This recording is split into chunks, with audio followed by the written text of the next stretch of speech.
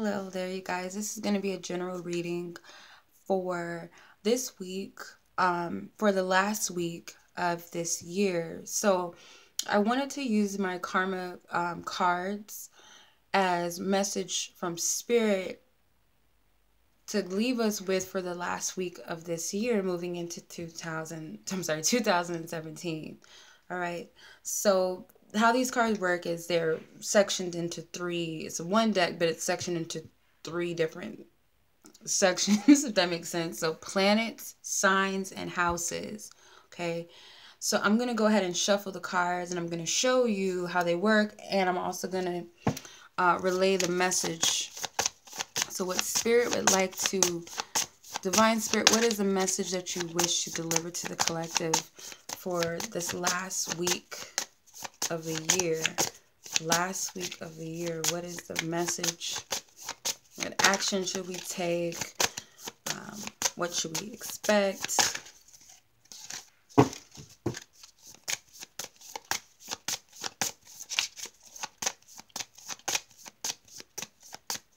These are awesome cards, and I really love them. My brother actually had these cards a long time ago, and I couldn't find them, but I found them online. I really love these cards. Pretty easy to read, but what is it? What is the message? Okay, we have the South Node. Okay.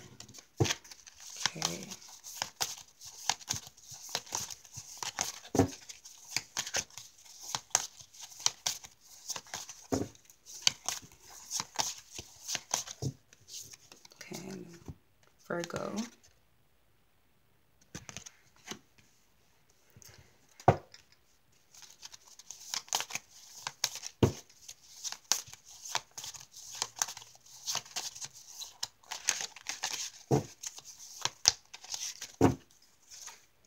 Okay, and the first house.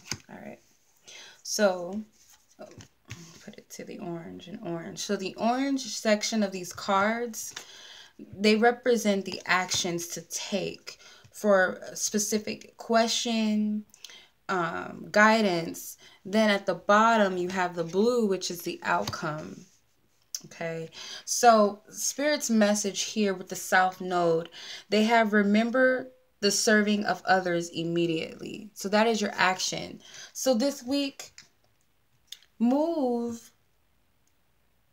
in this energy of how can I serve others. Focus on that. They're saying immediately. So this is something I really want you to focus on, that selflessness has no value in moving forward. They want you, with your plans and your desires, think about how is this going to serve others, whether it be how is this going to serve my family, how is this going to serve my loved ones, people in my workspace, my clients, my business, how is this going to serve humanity, the planet itself. Think about that. The mental aspect of this is reconsider the details, the way you project yourself. So think about, how am I projecting myself into the world? What type of energy am I feeding off or giving off to others? That might be difficult for some of you because this feeling of guilt might come up immediately, feeling unworthy in some way. But Spirit is saying that you have it now is not the time to beat yourself up. Focus on how you would like to present yourself. What type of person do I want to be moving forward, and how it can not only just serve myself for the highest good, but how is it going to serve the highest good of others? So physically, the physical action you have is now is not the time to do what you must do and do it on your own. So now is not the time for you to do it by yourself. You have the help of Spirit, but you also have the help of others around you. That's why Spirit is wanting you to focus on how is it going to serve others, because when you think about others, you're attracting the help that you need, or you're attracting other people in your story. Okay, so the outcomes, I'm going to shift them around. Okay, so the outcome, the spiritual outcome, it says there will not be methods for healing power of who you are. Okay, so there will not be methods for the healing power of who you are.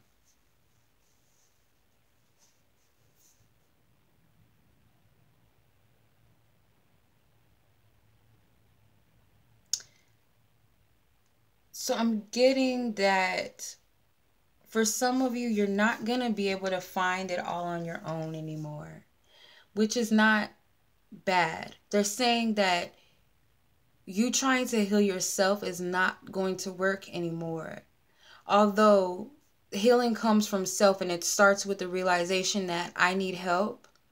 So whether you need to get it from outside of you, you ask spirit to send you the support and help, or ask spirit to help you, or ask your highest self to help you. But trying to heal yourself by drugs, drinking, sex, overindulging in work, overeating, probably over exercising, spending, that's not gonna work anymore. The mental outcome for you, anxiety about the analyzing of your desires. So a lot of you are going to be stressing now, feeling an emphasis or an urgency on what it is that I want to bring in for the new year. So your New Year's resolutions, you might be like very strict on them, very focused, very careful with your words, careful with the vibration you put into them, the energy, the intentions you put into them. That you might be stressing over that, or really looking at that, making sure that you don't put that wrong intention out there. It's like you're being very careful about that. The physical outcome, it says trouble resulting from the perfectionism of your actions. So you're going to stumble a little bit because you're going to be too focused on perfecting your desires, making sure that they are what they are. Going to be overthinking, oh, I shouldn't say that, I got to be careful of putting that word in there, or my thought behind what I just said, or what I just wrote down or stated or affirmed. You're going to have trouble with that because that's not coming from soul's truth, and that's what spirit is trying to show you. That's coming from ego self, not your higher self. That's why they're saying you can't do this by yourself. You have to consult in spirit, and you also have to consult in your highest self to help you and assist you moving forward. That this is about coming together with your spiritual guides, knowing that they're there for you, tuning into the higher state of who you are, coming together with others around you or who vibrate with you. The reason why you feel alone, a lot of you feel by yourself, you're not attracting your soul tribe, you're not meeting the people that you're wanting to meet, it's because you're trying to do everything on your own. You're trying to create a person for yourself to fit in, rather than following your soul's truth, your highest truth, to attract what's meant to come in for you. Writing the intentions that you really want for yourself and you really want for others to attract that truth to you, rather than what you think you should want or what you think other people would want for you, or if this is going to fit, if I choose this type of husband or wife, or if I choose this type of career or this religion. These types of things are not of soul truth. Soul truth is stating, I want to be an astronaut next week, or I want to marry someone that lives in the jungle. That's your soul's truth. It is what it is for you.